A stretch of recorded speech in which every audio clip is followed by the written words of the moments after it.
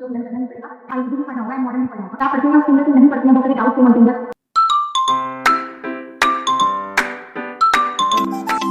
Hello everyone, welcome to my channel. आज मैं आप सभी को बताना चाहती हूँ कि बीएमएस के अंदर क्या क्या पढ़ाया जाता है। जनरली जब बच्चे नीट का एग्जाम देते हैं तो बहुत सारे रीजंस होते हैं कि बच्चों को डाउट होता है कि हो पाएगा नहीं हो पाएगा, एंड मोस्टली बच्चे अगर नहीं हो पाते हैं तो बहुत ज्यादा सैड होते हैं कि हमको क्या लेना चाहिए। इतना ज्यादा कंफ्यूज होता है कि बीएमएस लेना चाहिए या नहीं, क्या ये वर्थ है। मेरे साथ ऐसा ही हुआ था। मैं अपनी जर्नी शेयर करती हूँ। जब मैंने नीट दिया था तो मेरे को लगा था कि मेरा हो जाएगा एमबीबीएस में, मेरे को कोई ना कोई कॉलेज जीएमजी तो अलॉट हो ही जाएगा। बट अनएक्सपेक्टेड रिजल्ट होते हैं लाइफ में। कुछ कभी भी कुछ भी हो सकता है, जरूरी नहीं है जो हमने एक्सपेक्ट किया हो हमेशा वही हो। तो क्या हुआ कि नहीं हो पाया क्लियर कट ऑफ, तो जो है फिर मैंने बैंक में काउंसलिंग के लिए कर लिया। बट अभी मैं बहुत ज्यादा कंफ्यूज थी कि आप पढ़ती हैं उसके अंदर से नहीं पढ़ती हैं, बहुत सारे डाउट थे मन के अंदर। पर मोस्ट प्रेफरेंस जो थी मेरी वो बैंक्स के लिए थी। तो उस टाइम में मैंने देखा कि यार क्या पढ़ना होता है बैंक्स में, क्या नहीं। वो इतना इतना सोचा नहीं, ये था कि कुछ लेना है और मतलब निकलना है बस इस लूप से। तो एक तरीके से लूप से तो बाहर निकल गए, बैंक ऑप्ट कर लिया। फर्स्ट राउंड में काउंसलिंग में मुझे आईटीआई अलॉट हो गया, institute of teaching and research इन आयुर्वेदा, जो कि जामनगर में है और ये एक सेंट्रल यूनिवर्सिटी है। इसको आईएनआई का स्टेटस भी मिला है, इंस्टीट्यूट ऑफ नेशनल इम्पोर्टेंस, क्योंकि ये आयुष काउंसिल से जो है एसोसिएटेड है। एंड यहाँ पे रिसर्च सेंटर भी है। तो ये है कि मैं यहाँ पे आ तो गई, कब कभी बहुत ऐसा होता था कि मुझे फील होता है कि यार मैं यहाँ पे कहाँ आ गई, क्योंकि बहुत सारे श्लोक होते हैं, मॉडर्न भी होता है। श्लोक के साथ मॉडर्न भी कवर करना है, मॉडर्न पोर्शन, आयुर्वेदिक पोर्शन अलग कवर करना है, तो वो कहीं ना कहीं टफ पड़ जाता है। ऐसा होता है कि पूरा दिन पढ़ने में ही निकल गया और कभी नहीं, तो टाइम ही नहीं मिल रहा कुछ चीज के लिए कि हमने सोचा था कि नीट के बाद लाइफ एंजॉय कर पाएंगे, पर ऐसा कुछ नहीं हुआ। तो मैं आज बताने वाली हूँ आपको कि बैंक्स के अंदर क्या क्या सब्जेक्ट है और हमको क्या क्या पढ़ना होता है, ताकि आप अपना डिसीजन लेने में कोई गलती ना कर पाए। Most of the time feel होता है कि शायद कुछ और ले लेना चाहिए था। कभी कभी अच्छा लगता है कि हाँ ठीक है, इंटरेस्टिंग आ रहा है, कुछ चीजें एक्सप्लोर कर सकते हैं हम लोग। एंड कभी कभी लगता है कि काश कोई पहले बता देता कि ये सब पढ़ना होता है, तो लेते ही नहीं।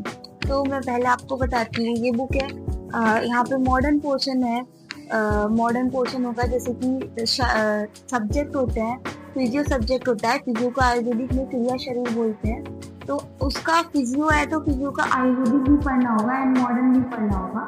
जैसे कि ये फिजियो की एक बुक है, ठीक है, इसके अंदर मैं दिखाती हूँ।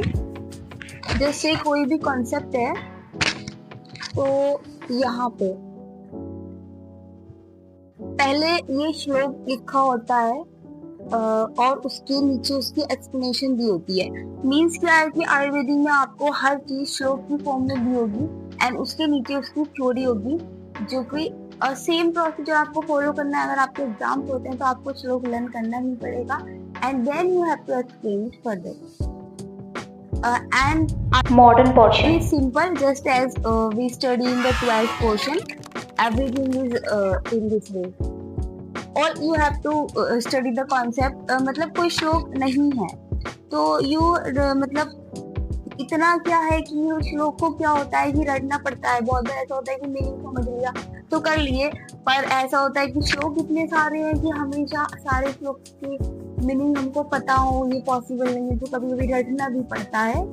तो मॉडर्न में ऐसा कुछ नहीं है, ये क्लियर है। एंड देन सेकंड है हमारा संहिता अध्ययन। संहिता अध्ययन के चरक संहिता आती है, अष्टांग हृदय आता है एंड शुश्रूष संहिता आती है। चरक संहिता के अंदर कुछ इस तरीके से होता है,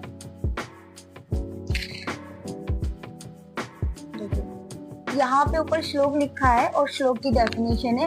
बेसिकली जो डिफरेंट आचार्य हैं, जैसे चरक ने अपनी थ्योरी दी है, जो भी वेद से रिलेटेड जो भी कॉन्सेप्ट है आयुर्वेदा जो चरक ने दी है, तो वो इसके अंदर है।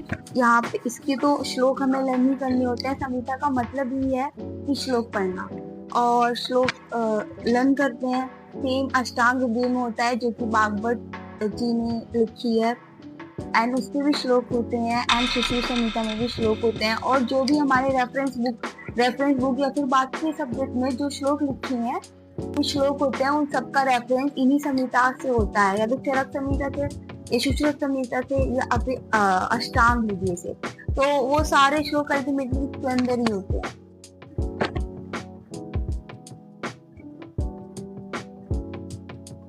नेक्स्ट सब्जेक्ट इज हमारा पदार्थ विज्ञान। पदार्थ विज्ञान is fundamental principles of Ayurveda. ये बेस फॉर्म करता है आयुर्वेदिक का। अगर इसको अच्छे से पढ़ लिया तो वो सब चीज में हेल्प करेगा।